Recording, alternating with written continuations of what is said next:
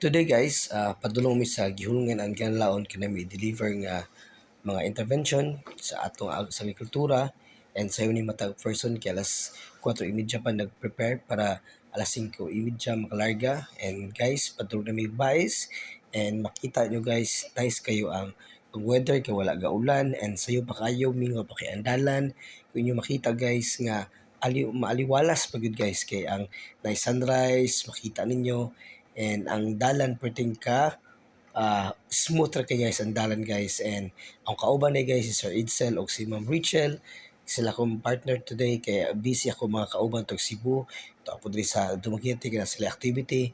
And ang tao guys, grabe kay nice kay ang dalan and niabot mis gihungan among gi-turn over ang sa Nupap and gipakaon mi sa Kanlaon and ang gi-turn over sa Kanlaon. And this one is also for Kanlaon and wala na ako na videohan guys ang coffee seedlings kay na busy na kani guys pag-abot ko sa Dumaguete na dito sa South View Hotel dito ko natulog karon.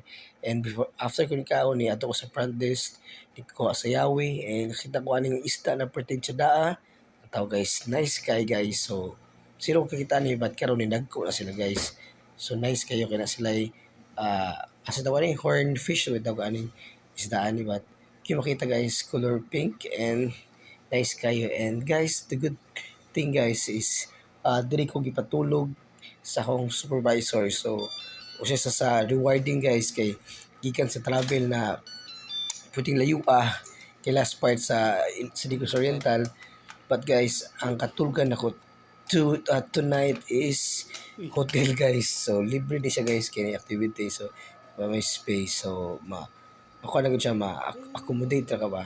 So sa kwarto nice kayo and ano siya masyad kaning for the day na puting kapuya iniswatay but relaxing kay pagabi kay nakikuan ka ng kwarto nga tsada aircon.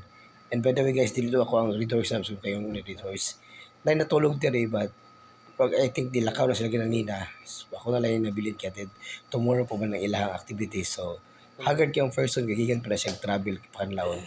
Makita nyo guys ang CR tsada pa yung CR3 guys, so na everyday. So nice kayo. So usan is mga perks kung naka sa government nagtrabaho.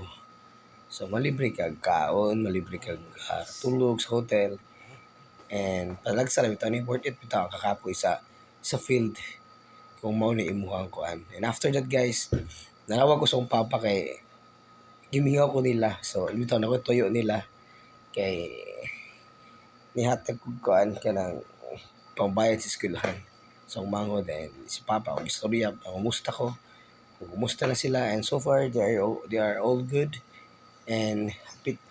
And giimbitar kong papa na papulion ko sa Mindanao kay birthday daw niya po. So I don't know if I can go back there kay layo kayo ang Mindanao and pliti pod but I know God will provide. So at least nagkita kasarhan ni kadiyot balag di kami pagkadungog kay medyo bulbungol na po ko, medyo papabulbungol na pod but still nakita niyo mo na happy face naman kaya pod, di ba?